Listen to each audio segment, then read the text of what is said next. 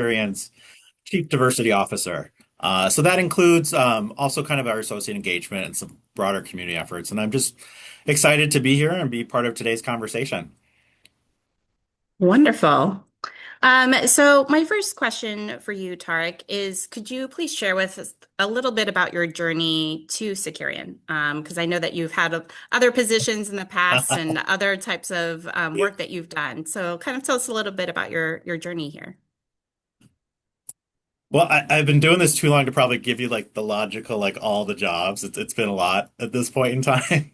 I would say that though, nothing about my career has really been a straight line. To be honest, when I was in college, this isn't the life I imagined.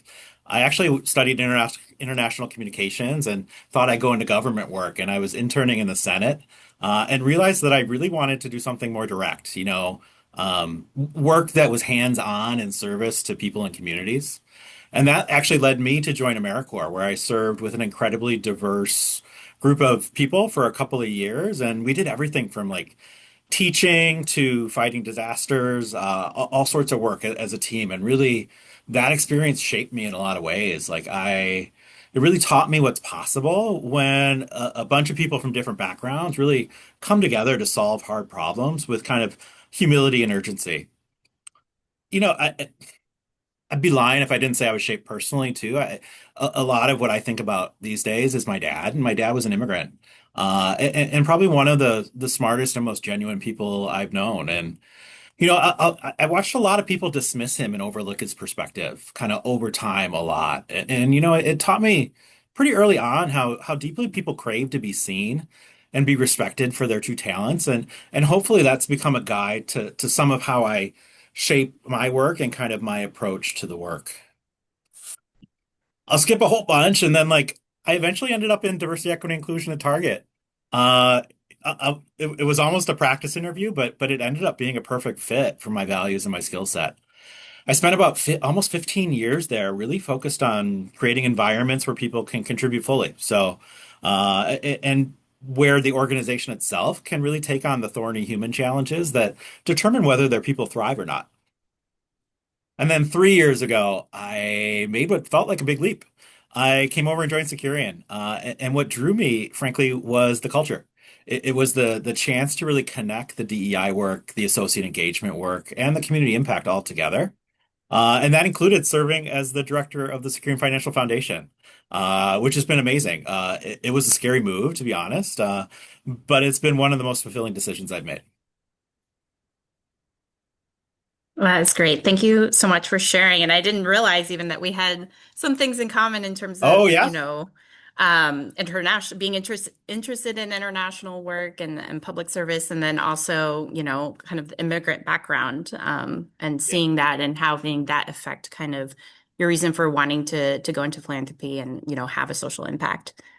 Um, so at Securian, you mentioned you have sort of these different roles within your work. You serve as both the Chief Yeah. Diversity Officer and the Director of Securian Financial Foundation. Could you tell us more about, that work at Securian, what you do in both of these different roles? Yeah, it's a great question, Michelle. I often describe the roles as really reinforcing each other and being incredibly complementary. So whether they're together or not, it's a huge partnership across those two areas that really needs to happen to be successful. So, as I think about being the director of the Securian Financial Foundation, my focus is really on stewarding resources. So our grant making, our partnership, in a way that's going to continue to strengthen communities over the long term. And that includes things like making thoughtful investments, really learning alongside my nonprofit partners, and, being responsive when communities face urgent needs. So then if you look at kind of the chief diversity officer side of it, and the associate engagement kind of work, I'm focused on how people really experience our organization day to day. So whether they feel they belong, whether they can grow, like whether our leaders are equipped to build inclusive, high performing teams. So I don't know, like I think the connection point for me is like our impact is stronger when we align our purpose and values, both internally and externally. The foundation work really keeps me grounded in what our communities are experiencing, and the internal work really helps us mobilize employees, leaders, and resources in a way that's really consistent, respectful, and sustainable. So we work together as a team almost all the time. And You know, one of the things that I've learned kind of throughout, and I think I mentioned a little bit, but like one of the amazing things about this is like I've really learned that some of the best corporate partners and some of the folks on this call that I've learned from really don't lead with solutions coming out of their corporate foundations. They're leading with questions. They're leading about clarity about their own kind of constraints and focuses, and they're leading with really a commitment to stay engaged long term with the nonprofits that they support. That's great. I think that long-term support is really important. And, I kind of want to dig in a little bit more into some of the specific, Yeah, activities, things that you work on. And one thing that I was sure. really intrigued about when I was talking with you was the DEI Council that you work Oh, with. yeah. So I'd love for you to kind of talk us through a little bit your work with the DEI Council and what you do with them.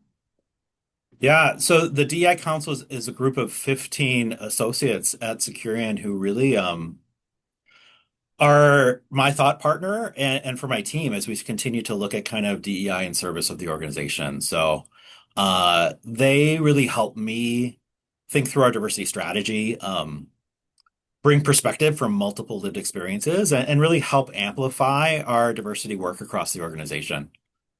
One thing that's really great about it is the level of leadership behind it. So our CEO, Chris Hilger, is a co-lead of the council and an incredibly active participant, and that matters, because it really signals that this work is part of how we lead, not just a side effort on the like that we're doing, just because we have to kind of thing. As we picked those 15 members, though, we were also really intentional about composition. So making sure that we had members from different backgrounds, different levels in our company, different parts of our business, really because we wanted to make sure that we had the richest dialogue possible as we were making decisions together or kind of analyzing the things on our plate. So, like maybe as an example, obviously the external and legal environment around diversity, equity, and inclusion really shifted over the last couple of years. And the council was really my partner as we dug in to kind of research, understand risk. They helped us navigate really how to stay true to our values while being thoughtful and kind of responsible as a company. What stood out to me in that moment, though, was how much they centered the diversity work really on our associates and our associate need. What do our associates need right now? Who is the biggest audience that we need to be taking care of? And really, what that led us to is avoiding some of the external noise and really listening in on what was important to us. And we moved forward pretty steadily. I think I might be one of the fewer chief diversity officers still having that title, to be honest. And it was a very deliberate choice to be steady, to provide what our associates need the most, while being kind of very grounded in the really the true values of our corporation and what we believe is our differentiator. Hmm. Yeah, that's pretty remarkable. I think you're right. In this climate, we have seen, that title changing either the language or, people taking different Yeah, positions. and to And be I clear, think it's Michelle, pretty like a remarkable. change in Hmm. title is not a huge thing, right? Like the work's getting done at so many corporations still, and Hmm. it might have a different name, but Hmm. so many of my friends are involved in this in different ways in different corporations, Hmm. and they're doing amazing work. Hmm. For us, what it signaled was like we're we're true to our values in a way that we're gonna stay steady, and that was one of our Hmm. values as well. We're a 150-year-old company, like we're in it for the long haul. Hmm. Hmm. Yeah, definitely. Well, now I'd like to kind of shift gears a little bit and talk Yeah, about some of the other aspects of your work because you do quite sure. a few different things at Securian. And one of the things that you help lead is the corporate volunteerism activities. So I'd Oh, love yeah. to hear a little bit more about that. I know that a lot of the other corporate foundation leaders also have really active employee volunteerism, and just like to know more about what that looks like at Securian. It's such amazing work, and I have a great team that really helps manage a lot of that for us. And I don't know if Kate Mayer's on the call, but she is a stalwart of this type of work and has really taught me so much over the last 3 years. And I'm so grateful for the team I get to work with. Um, when I think about our employee, oh, she's getting claps. I love it. When I think about that community engagement work, I really break it into like three buckets. How we give of our dollars, how we give of our time, and then how we give of our skills. And when we work on all three of those, really, we're building deeper, more meaningful partnerships, I think, with our nonprofits. So from a dollars perspective, Securian contributes roughly like $8 to $10 million annually through a combination of the foundation and our corporate giving. Um, and kind of the corporate giving programs across some of our other satellite organizations as well. So, but when I think about the foundation itself, actually over 80% of what we spend from a foundation perspective is right here in kind of affecting St. Paul. So we're very kind of geographic in where our associates live and work and kind of making sure that we're wanting to stay there. So really proud of that. We also frankly have a matching gift program, which I believe a lot of people do for associates and retirees. For us, it's up to $2,000 a year. And that's really set up so that even though we have specific focus as an organization, people can support and get support for the causes that they care most about as well. So, gosh, from a time perspective, we have volunteer paid time off so that associates can volunteer at any nonprofit, really, or school or faith organization of their choosing and get paid. Um, we also organize volunteer events with teams, and then we'll do like local donation drives, that kind of thing. Those are always a big hit with our group. But we even have like an additional grant program for like a Dollars for Doers kind of program. So we have Volunteer Plus, where associates who really dedicate at least 25 hours to an organization can apply for a grant specific to that organization. So if we have any nonprofits there, that's a good program that's not well utilized sometimes. And then thirdly, like skills, like we're a big corporation, so we have people that have lots of different types of jobs. So we host pro bono days here where nonprofits can really bring us real work challenges, and we'll assemble a team of associate experts on those particular topics to kind of help solution together, which is always one of my favorite days of the year is seeing these connections come together on real world issues. We also have a board placement program. So, gosh, today I think we have over 125 associates serving on over 150 nonprofit boards, and Wow. we're actively looking at kind of how do we leverage that network and make sure they're great board members and set up for success in those types of roles. So, all of it together really is like there's a core belief at Securian that community engagement isn't episodic. It's about this long-term relationship. We've been around for 150 years. We want the community to thrive for the next 150 years, and we're willing to put in the work on multiple angles to make sure that happens. So when we add it all up, so in 2025, over 70% of our associates were involved in one of our community programs. So that's over 2,000 people giving back to the community in some way, shape, or form, which we're pretty proud of. That's great. Yeah, that is definitely something to be proud of. I don't know if you all know this, but I'm currently on a listening tour in Minnesota. So I'm actually working from Hutchinson, Minnesota, today and joining you from there. And yesterday I was in Granite Falls at sort of open office days for nonprofits. And one of the things they were talking about is trying to find board members. So the fact that you have team Yeah. members serving on different boards is really helpful and a good way to give back to the community by helping a nonprofit that's serving in the community and helping provide that governance and guidance. Yeah. Well, Michelle, I think our associates learn a ton too, and it makes them better leaders within our organization as well. They're Hmm. learning about governance, they're learning about operating in a different environment. It's all full circle kind of moments for me. Hmm. Hmm. Hmm. Wonderful. So now shifting a little bit, I'm trying to get to all the We keep different shifting. areas that you are work within. So kind of focus a little bit more on the Securian Financial Foundation. Can you tell us Yeah. about some of the grants that you've helped make over the past few years, like maybe ones that you feel really proud about, or just some highlights, Yeah. spotlights of some of the grant making that you've been doing? Yeah, we have an amazing kind of legacy of grants. We do about 100 grants a year, and those will range from about 5 grand to 200 grand. Or then we have capital campaigns as well. I think maybe one, and my corporate folks might like this. One important piece of context for us is, frankly, the Securian Financial Foundation has a single donor, right? The Securian Financial Group. So Our strategy as a giving organization is really rooted in our purpose of our business, which is to build secure tomorrows. So we've really focused our grant making in three areas where we think we can best support that purpose, and kind of tying that back together as kind of our North Star.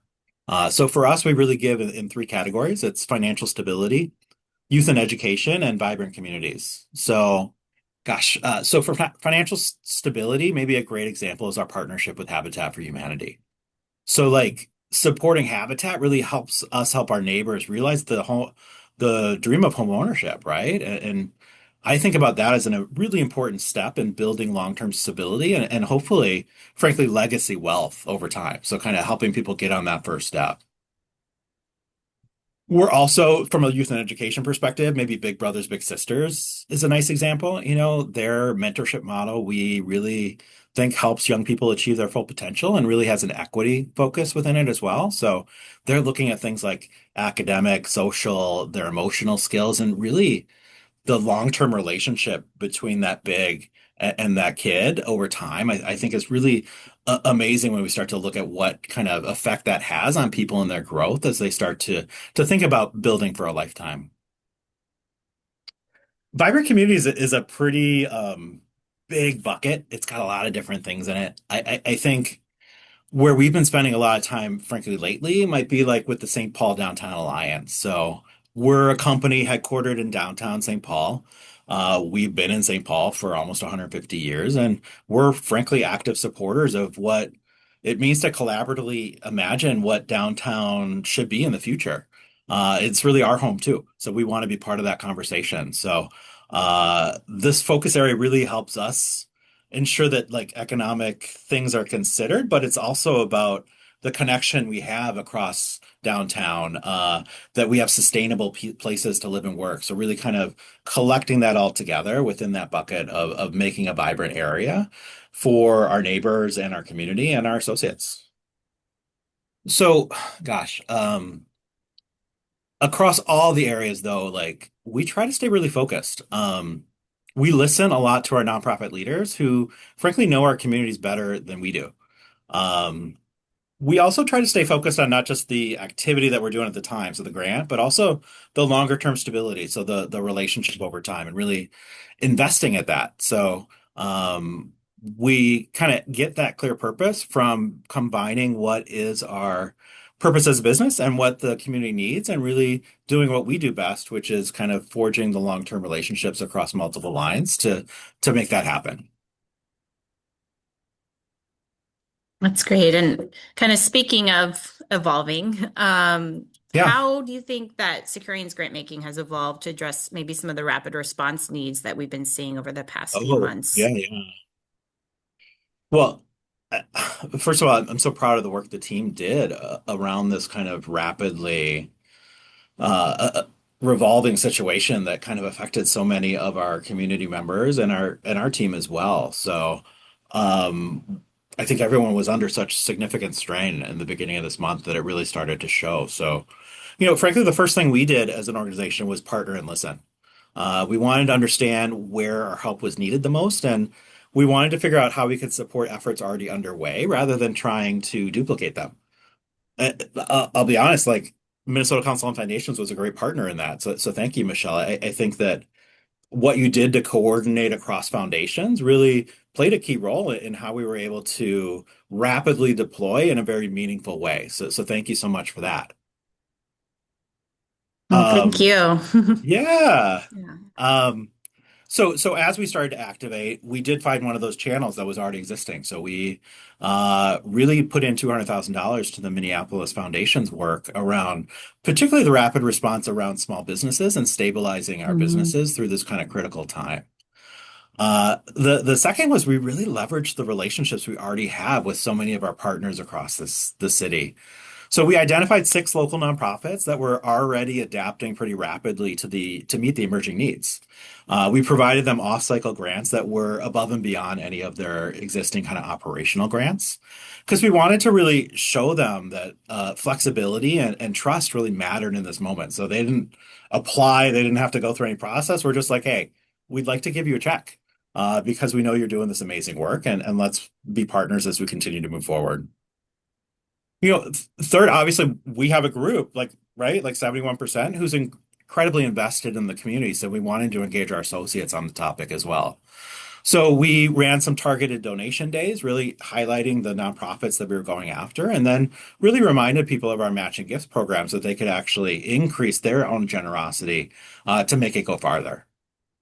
Um, it's sad to say though, Michelle, like while most of the acute parts of the surge have ended, I think a lot of the needs of our community still remains. I, we're as a team really looking at multiple ways to continue to help support stabilization and recovery through time. And I think it'll probably be a couple of years. So we're already trying to figure out within our framework, how do we make that really work the best? Because, it's rapid response, but I really feel like we need to still be engaged with these partners on how they're recovering even after the headlines are gone. Mhm. Totally agree. Yeah, I think that's what we're all thinking about in this moment. I think a lot of different foundations have been sort of catching their breath. There was the immediate response, the rapid response, and we saw so much mutual aid efforts and generosity in our community of people looking out for their neighbors and thinking about not just the immediate response, but kind of long term. How do we Yeah. convert the generosity that we've seen, but make it sustainable in the long term? And when it comes to housing, for example, like you mentioned, which is so important for people to have a Yeah. secure future. During rapid response, it was, how can we help with rental assistance so that people aren't evicted from their homes? To now thinking more about long term about housing in terms of the types of housing that's developed, or, is it affordable? Could we think about different models of ownership where it's more cooperatively owned or owned by the community or publicly owned, and kind of just thinking through all different types of projects. And I see Sean on this call. I know he's been working on Oh, some really interesting housing cool. projects. But people are thinking more long term, Yeah. not just That's helping great. immediate with rental assistance, but thinking about housing overall and how can we be developing it in a way that is accessible to more people, Yeah. and especially home ownership. So I'm really excited that That's great. Securian's kind of working on those issues and thinking through those things because I think we're all sort of figuring out, you know, yes, there was rapid response, but what can we do as a community, in the long term so that we have more options in the future? And if there's another emergency, a crisis, hopefully we've reduced, some of the barriers or some of the harms that have been caused. Yeah. Like Whether think it's, of, yeah. yeah. Hmm. Oh my gosh. Yes. And I love that everyone's kind of approaching this through their own lenses and providing kind of a better whole at the end. Hmm. So Hmm. it's gonna be Hmm. good. We got Yeah. this. Yeah. So I have kind of one of my last few questions, so others should start to Oh kind of think gosh. about their Yeah. questions coming up. The way this works is when you do ask a question, you can either put it in the chat or you can come off mute and ask your question. But I have kind of one of my last questions for Tariq, and then would love to hear your questions. So my last question, Tariq, is just anything else that you'd like to share with us today? Gosh. Well, first, like, let's ask questions of Michelle too, because let's get some questions out there. Come on. You You know, can if you want, but yeah, spotlight's on you. if I'm being honest, like I almost came into this work more as like a fan of the work than a practitioner. My team was quick to kind of put me in the learning mode, which I loved, and kind of learning about kind of the practices of really trust-based philanthropy and making that, part of how we really approach this. So, from a corporate foundation and kind of corporate perspective, I think those kind of positions of humility and consistency really play a key role in how we should be working with community. Can we ask questions? Can we create long-term relationships? And, frankly, our nonprofit leaders and community members know what's needed. Our role as kind of corporate foundations is to really listen well, be clear about what we can offer, and show up in a really dependable way over time to show them that we continue to care, just not in the moment, but every day. Definitely. I'd also say like, none of this work happens in isolation, right? Like we're strongest when foundations stay connected. So we're sharing what we're learning. We're coordinating where it makes sense, and staying in dialogue, even when we're not maybe completely aligned. So, a huge thank you to MCF for your role as a teacher, as a connector, for what was a new role for me. I've learned so much from the advice of your team, but also, frankly, the folks on this call, as we continue to kind of move forward and solve kind of tougher issues together. I think the final thing is just thank you. I think everyone probably on this call is involved in this work in some way, shape, or form. So um, it's so important that we do this. It's so important that we continue to do it, even when it's rough. And we see you, and we see you every single day. So thank you for all that you do. Well, thank you, Tariq. I learned a lot myself, even though we've chatted many times, seen each other at a lot of different events We see each other a and lot. It's great. gatherings. Yeah. So really, I do see that. I witnessed that, you out there in community listening, trying to understand what the issues are and what the needs are, and thinking about how Securian can help address some of those needs. I would love to kick it over to the audience here. Please feel free, if you have questions, put them in the chat or comments, anything that you want to kind of contribute to this conversation, or come off mute and ask your question.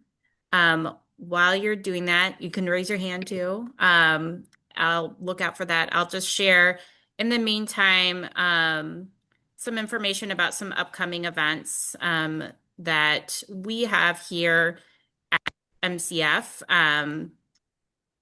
That you might want to check out. You can always go to mcf.org/events to register for any of those events.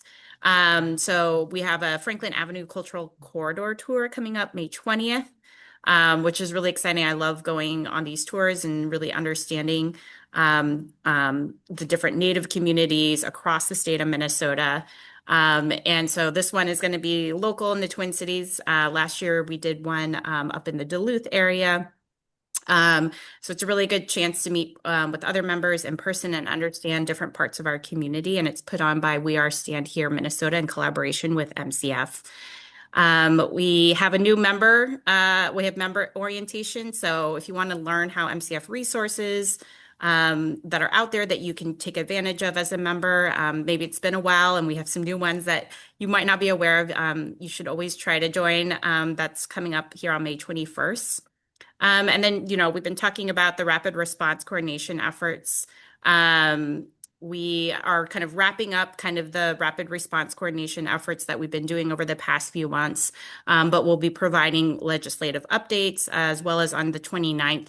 We'll be talking about kind of what's next. We'll be giving a report of everything that we learned from people during this rapid response time. And then another in-person event we have coming up is May 28th. It's our MCF member summer social. It's going to be really fun. It's going to be actually at my former organization where I was prior to MCF, the Women's Foundation of Minnesota, out on their terrace, their patio that overlooks the Mississippi River. So it should be a really good time. Hopefully we'll be able to see many of you there. And then we have, through our Equity, Belonging, Diversity, and Inclusion Institute, an upcoming event on May 29th. Please be good at philanthropy. Jen Ford Reedy has written a book about philanthropy and a lot of good examples of how philanthropy has had an impact. So she'll be sharing a sneak peek of that. And then finally, June 30th, I just want to highlight we have the second part of our annual conference. We had the virtual part back in February. At June 30th, we're going to have the in-person part, which is part 2 with Rinku Sen, who will be talking a lot about narrative change. And so I know a lot of you have been thinking about that. And so I really want to encourage you to attend that in-person event. And I see something in the chat here. So let's see. We have a question from Karen. With your board program, Tariq, do you have anything in place that helps bridge nonprofits looking for board members and employees that may be interested in serving on a board?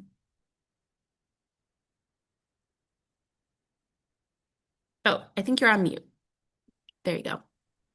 Yeah, it's a great question. I think Yes, but we're still working on it, is the short answer. I think when I came, I realized that we have 2,700 people, and the only way to do this was talking to me or my team. So there was a bottleneck in how we could really go about this. So we've kind of tiered both organizations and associates, but we've tried to democratize the way that we can learn about this. So we actually have links on both our external facing site and our internal facing site for folks that are interested. It's kind of a matchmaking service that we run behind the scenes. So any nonprofit can go in and kind of on our foundation page, click that they want a member, and there's a form that they can fill out about kind of who they are, what's the commitment, what kind of skills are they needing. And then we also, frankly, have that visible on our internal site where folks can say, hey, I'm actually interested in that. Let me learn more. So we've been able to increase kind of the reach of our programs through that kind of democratization. And then we kind of go through as a team and kind of look at it and try to make sure that we're kind of aligning in certain ways. But it's been really fun to see, frankly, not just your officers want to be on boards. Like so many people have so many skills that we wanted to figure out how to make sure that they had a way to get information quickly and it wasn't brought down by our small but mighty team. Thank you. That's a great resource. To be able to go to that. Because, like I mentioned, a lot of people are looking for board members or committee members. Tariq Yeah. actually serves on MCF's governance committee. So, really want to thank you for volunteering for that and Thank you. sharing your perspectives in that group. So, if people are interested in, um, having someone from Securian serve on their board or committee, they can definitely go to that link. Paul, I see you have a question. Yeah, hey Tara, thanks for being Hey, here. Paul. Thanks for doing this. Um, I loved what you were saying about leadership, and I got two of the points you mentioned. I think that lead with questions, maybe lead with values, and I think you said one more. I'm really interested, like, how do you see that that can show up not only internally, but also like in the broader philanthropic community? Like, how do we support each other through the leadership kind of across organizations? Yeah, I think for me, Paul, it was about obviously leading with intent, so that value and purpose, the asking questions, but leading in a way that's a long-term mindset rather than a short-term mindset. So um, purposely building relationships, having multiple points of contact with a type of a nonprofit that really allows us to be a better partner across a number of them. So we have a lot of nonprofits that are part of all six of our ways of kind of giving. They might be getting matching gifts. They have a board member. They're doing our pro bono day. We have volunteer events with them. So it really allows us to build a relationship where hopefully we're learning from each other and frankly uh we're learning more because we're not the ones out there doing the work. So really being there from a support network perspective and being in that companion seat, but providing as much as we can across multiple avenues of doing that. And really that for me is thinking about that long-term relationship.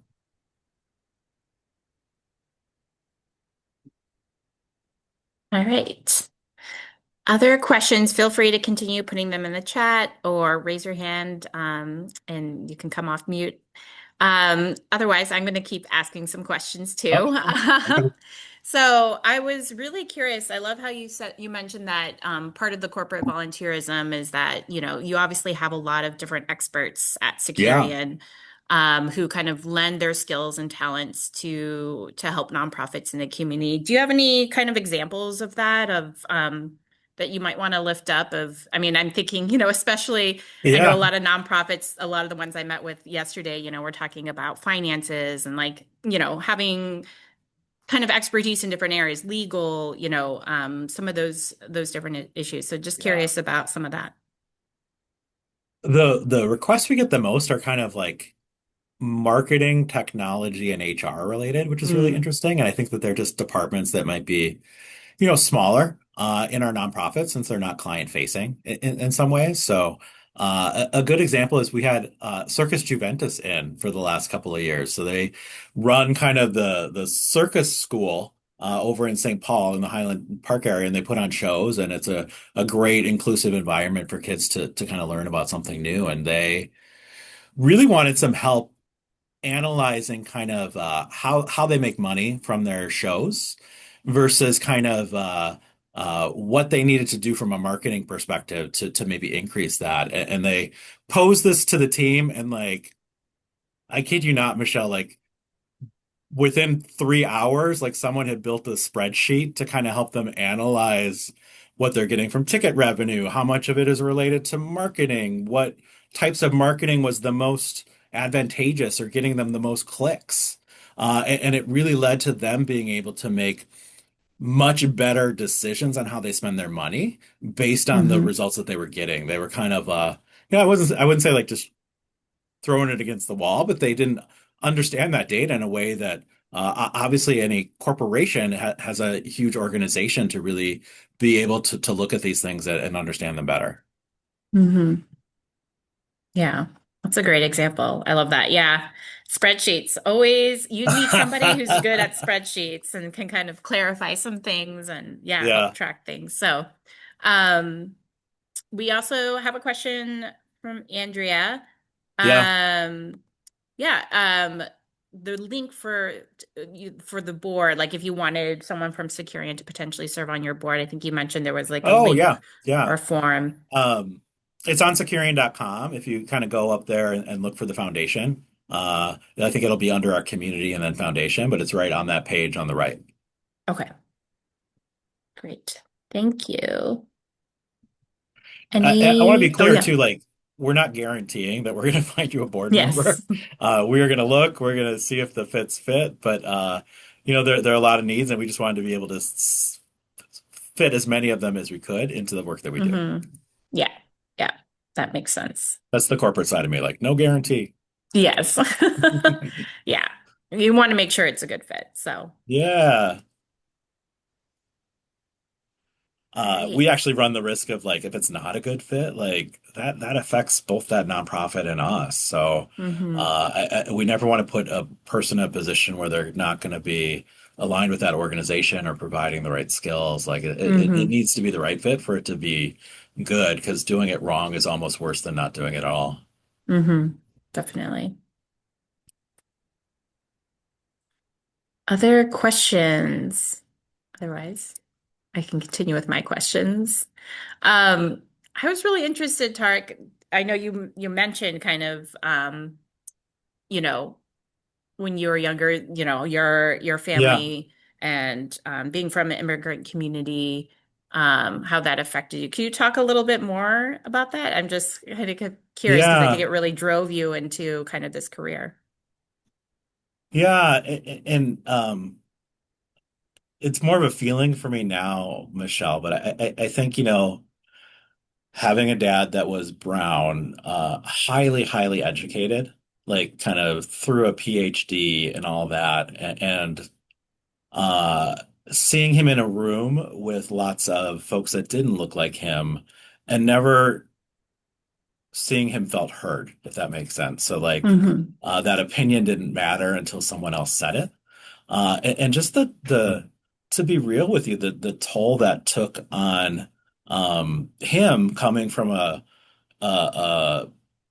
culture that really where respect is a huge part of that culture and kind of Pakistani culture, and wanting to be able to share it and to be part of that, and it just you know there's so many people who don't feel heard, and when I think about the diversity inclusion work, that's one of the mantras I want to have. Like, I want to make sure people feel heard, and whether that's just listening or whether that's making sure we're setting up our environments in ways that allow them to be heard. Like, I feel like that's such a critical first step to a more inclusive environment.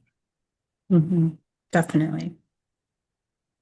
You're making I me go think after feelings. Come on. well, I think it's fun to, get to know each other more. Like I feel like we all Yeah. talk about business, obviously, you're on one of our committees and so, we do try to have icebreakers because I think building those relationships, getting to know people kind of beyond just the work is really important to do. And so I'm glad that I'm getting to know you better and that Same. everyone here is also getting to know you better. Um, yes, Good we have a question. afternoon. Thank you so much for these questions. I'm Andrea Pierre. I go by Drea. My question more or less is as someone who is newer to philanthropy, I kind of feel like I just kind of joined my big girl board is what I'm calling it jokingly. Yeah. And also just having like a larger job now and a larger role in that space.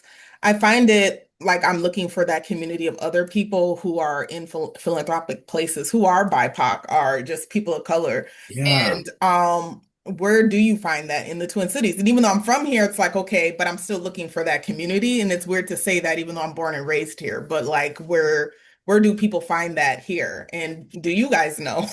Or do you have that? And That's a can I great join you on your question. journey? Yeah.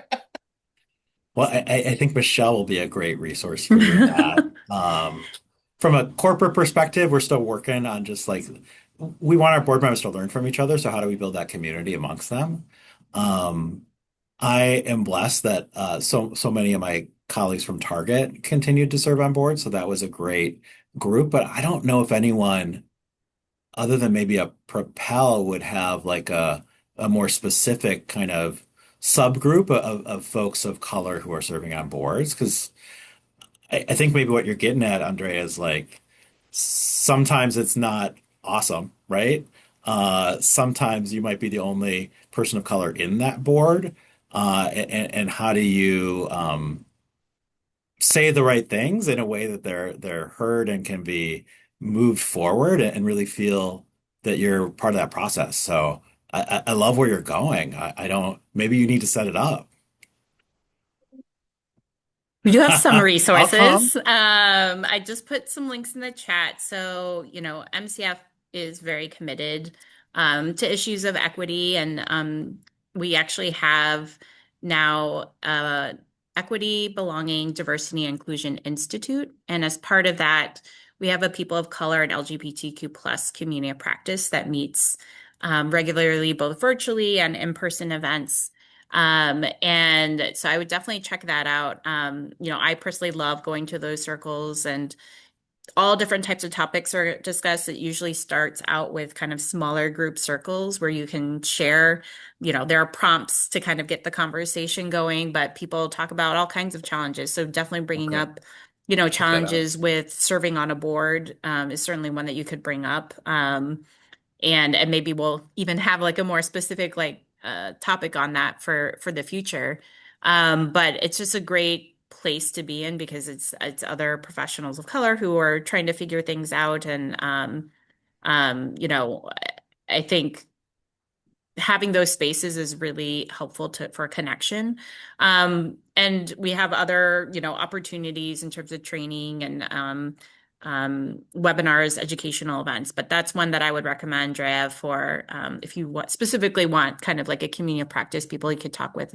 Because I think, I suspect most of us have served on a board or are serving on Mhm. boards. Because we're all really engaged people in the community, and it helps with that listening, like you mentioned, Tariq. When you do Yeah. serve on a board um, of a nonprofit in the community, you really get to understand the challenges that they have and what they're dealing with. So I definitely I encourage people to serve on boards and also to check out some of the resources that MCF has. And I'm sure there are others. If others have other resources for Drea, please feel free to put them in the chat or come off mute and share them.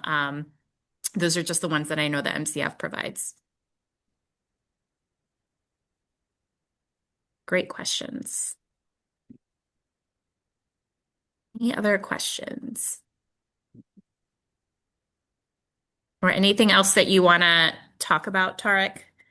I know you mentioned you wanting to ask me a question, which is totally not No, I necessary wanted others to because ask you a you question. How did you get in that's this fine. work?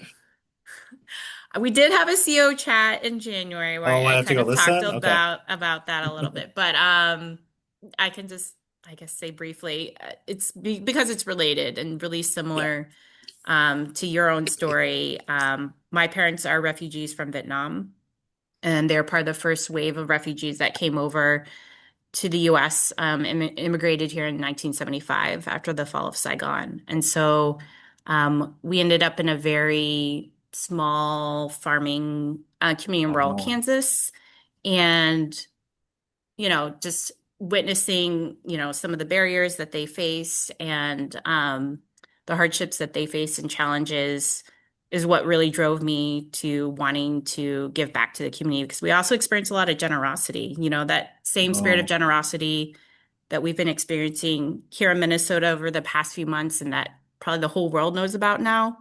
it's pretty amazing. Um, I also experienced, there were very generous people in the community who helped my dad, get his first kind of used car so that he could drive to the job that he had found and, you know, taught my mom how to make turkey because when the factory where my Yeah. dad worked, they gave him all a frozen turkey and and my boss he brought it home to my mom and she was like, I don't know how to cook this. This is gigantic. It's huge. Yeah. Yeah, or just to help our family in so many different ways. And so I knew that I wanted to give back to the community that helped me be Yeah. where I am today. And so that looks like different things, started in federal That's government awesome. as a foreign service officer, and then decided to try the private sector for a while, then nonprofit, and then finally, philanthropy before coming here to MCF. And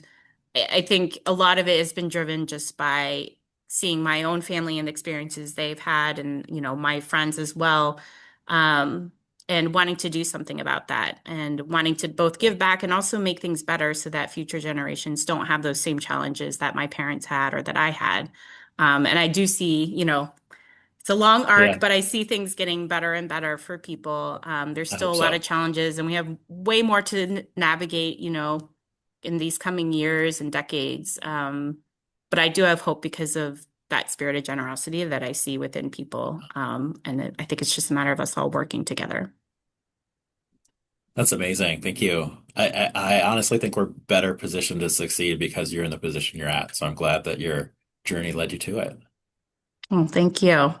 Feelings are mutual. I'm really excited that you're here, and you actually haven't been in this position for that long. Was it 3 years 3 years. so far now? Yeah. Yeah. Yeah. And I'm sure it's been a blur, but any kind of key lessons learned, in those 3 years? Just that I am continually amazed by the talent that is both on my team as well as in the kind of the broader ecosystem working on these issues. Like, I sit in some of your meetings and I'm just flabbergasted by the heart, but also the intelligence and the strategy that is being poured into this work from so many different organizations and from different foundations. It's really one of my favorite things is to see this all come together in that way, and I can almost like just sit there and kind of just absorb it all, so that I can be a better leader as we continue to move forward. Thank you so much. Yes, agreed. Paul just put in the chat, the philanthropic and nonprofit sectors in Minnesota are rich with talented people. So For sure. very fortunate to be in this state. I've lived in a lot of other states at this point now, and I would say, Minnesota is one of the most caring communities I've been a part of, and that's why we're committed to staying here. My husband doesn't want to live anywhere else, and neither do I. We love Minnesota. We love the people here, and we want to continue making the community better. So, any last questions, comments? I'm not seeing any. So, do you want to have kind of the last word, Tariq? And then we can close out early. People have a few minutes back. It's been a pleasure to talk to you and to delve into this a little bit. I feel so privileged to be able to be in the position I'm in and to listen and learn and hopefully make a difference. Those are all the things that are the most important to me. So I am grateful for the opportunity. I'm grateful for all the work that's being done and just to be a cog in this machine that continues to make this world better and better. Thank you so much for joining us and sharing your story with us. Thank you, And everyone. I look forward to seeing you in person at some point. Thank you, For sure. everyone. Bye.